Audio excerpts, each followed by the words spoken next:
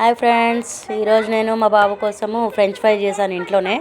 చూడండి, ఈ విధంగా కటింగ్ చేసుకొని ఆలు పెద్ద సైజు ఆలు తీసుకోవాలి ఒకటి. అందులో చూడండి, ఈ విధంగా నేను లాంగ్ పెద్దగా అంటే పొడుగ్గా కట్ చేసుకొని పెట్టేసుకున్నాను. ఆయిల్ బాగా వేడెక్కిన తర్వాత ఫ్రై చేసుకోవాలి. చేసుకున్న తర్వాత చూడండి, సాల్ట్ వేసుకున్నాక ఇలా కలుపుకున్నాక టమాటో కెచప్ ఉంటుంది కదండి, టమాటో సాస్ పెట్టుకొని తినేయడమే. సూపర్ టేస్ట్ ఉంటుందండి. బయట తెచ్చుకున్న ప్యాకెట్స్ తెచ్చుకొని తినకన్నా ఈ విధంగా అప్పుడప్పుడు ఫ్రెష్గా చేసి తినొచ్చండి ఇంట్లోనే. సో మా బాబుకి ఇలానే చేసి ఇస్తూ ఉంటాను నేను అప్పుడప్పుడు. ఈరోజు స్నాక్స్లో ఈవినింగ్ చేసి అమ్మ చాలులో ఏంటంటే ఏది చేశాను చూడండి నేను. మీకు నచ్చితే కనుక మీరు ట్రై చేయండి ఫ్రెండ్స్, ఓకేనా.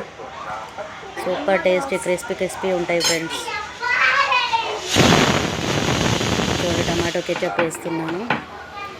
సో ఎవరైనా మీ పిల్లలకు కూడా అడుగుతూ ఉంటారు కదండి, ప్రతి ఒక్క పిల్లలకి ఫ్రెంచ్ ఫ్రై అంటే చాలా ఇష్టం కదా.